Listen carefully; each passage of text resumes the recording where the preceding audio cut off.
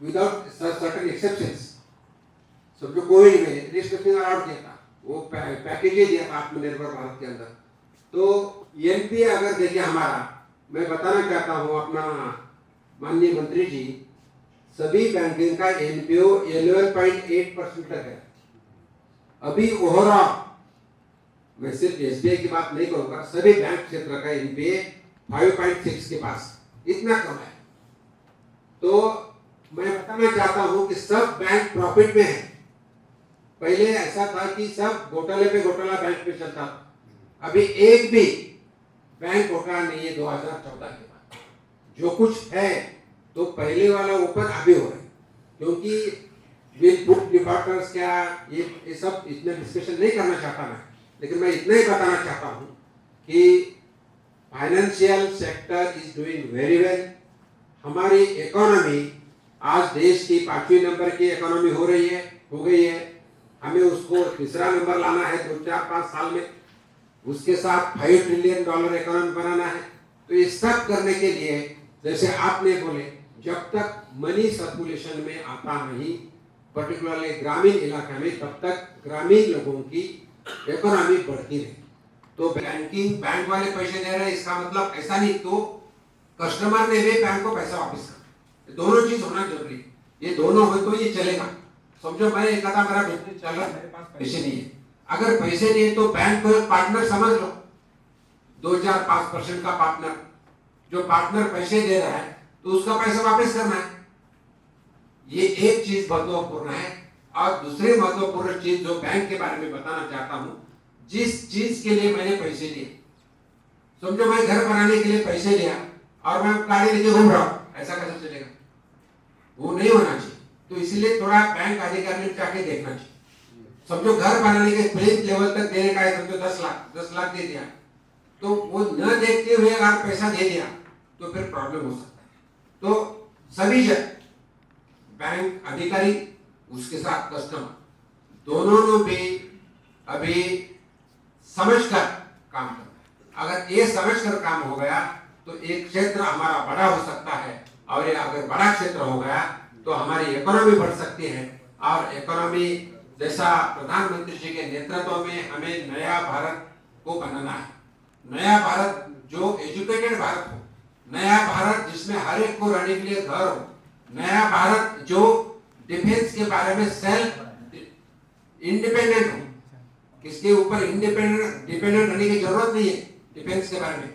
और हर क्षेत्र में, उद्योग में अच्छी कामगिरी चल रही है, हर क्षेत्र में हमारी केंद्र सरकार के और स्टेट सरकार को मिलकर कामगिरी अच्छी चल रही है, और भारत एक नया शक्ति के माध्यम से उभर रहा है।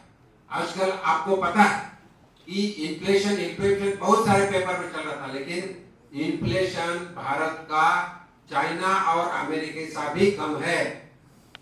अगर हम देखें तो अपने जो नेबरर कंट्री है, श्रीलंका होगा, बांग्लादेश होगा, पाकिस्तान होगा, उधर क्या हाल चल रहे हैं?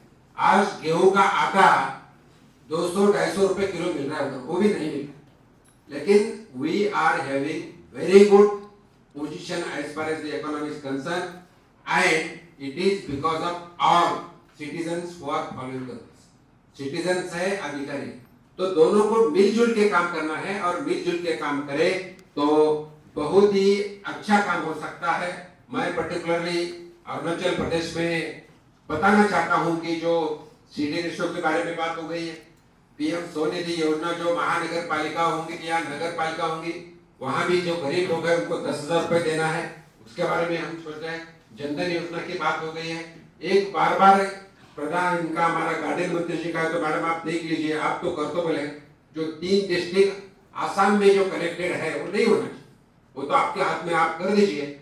और मैं बताना चाहता हूं कि बॉर्डर पे जितने विलेजेस हैं, बॉर्डर पे जितने विलेजेस है, उनको हमने जो अभी बजट 1 फरवरी को हुआ है देश का, तो वाइब्रेंट विलेजेस बोल के किया, तो उसको अलग पैसा रखा है। अलग पैसा है तो रोड के लिए, बॉर्डर पे जो हमारा तीनों जगह बॉर्डर है तो वहां रोड्स बना, वो अलग स्कीम, उसके माध्यम से आपको भी काम करना पड़ेगा। और ये पूरा आदिवासी क्षेत्र है, आदिवासी क्षेत्र में बच्चे पढ़ना चाहिए। अगर समझो बच्चे पढ़े तो ही वो फैमिली आगे जा सकती है। इसीलिए एकलव्य स्कूल बोल के योजना निकाले हैं। एकलव्य स्कूल जिसमें रहने से लेके पढ़ाई पूरी करने तक पूरा खर्चा गवर्नमेंट ऑफ इंडिया करेगी। और 1700 एकलव्य स्कूल खोलना है। तो अगर आपके क्षेत्र में समझो होंगी तो भी और मांगना चाहिए। 20,000 आदिवासी को एक एकलव्य स्कूल, ऐसा उसका प्रमाण। तो समझो आपके विधानसभा क्षेत्र में होगी है, दूसरा मांगो। आदिवासी ज्यादा इधर, आदिवासी लोगों को भी पढ़ाना, अच्छी तरह से पढ़ाना।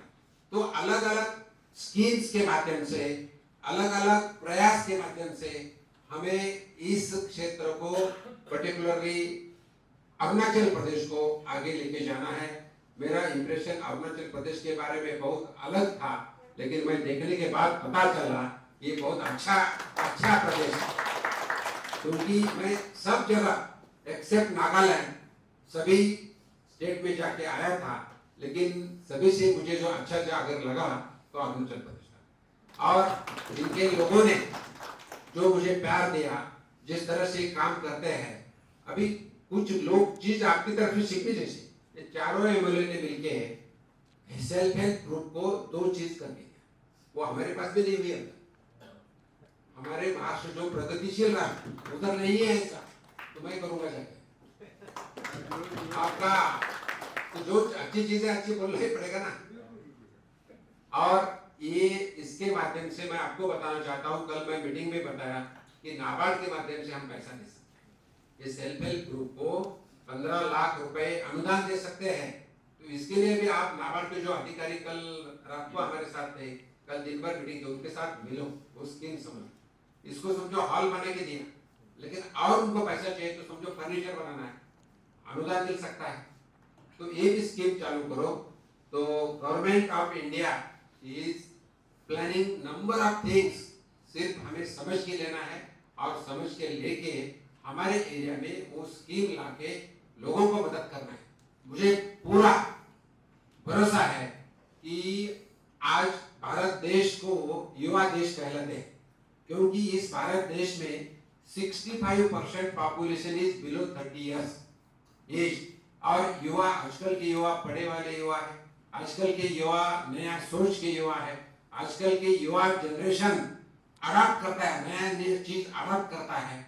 And because of this technology world has become very small. ये लैपटॉप में होगा, मोबाइल में होगा, सब चीज अवेलेबल है। तो नॉलेजफुल युवा वर्ग है। तो हम सभी मिलके नया टेक्नोलॉजी और काम करने की अपनी पद्धत करके हम सभी एक प्रधानमंत्री जी का सपना जो है नया भारत बनाना है, भारत को विश्व गुरु 2047 तक बनाना है। तो इस आजादी का अमृत काल में हम सब काम करके अपना क्षेत्र का विकास कैसा होगा इनके साथ करेंगे। हमें आप सब लोगों ने 2 दिन से जो प्यार दिया, इसलिए मैं आप सभी का धन्यवाद करना चाहता हूं। और आगे काम के लिए मैं मेरे तरफ से हार्दिक शुभकामना देने से मैं मेरा वाणी को विराम देता हूं। धन्यवाद।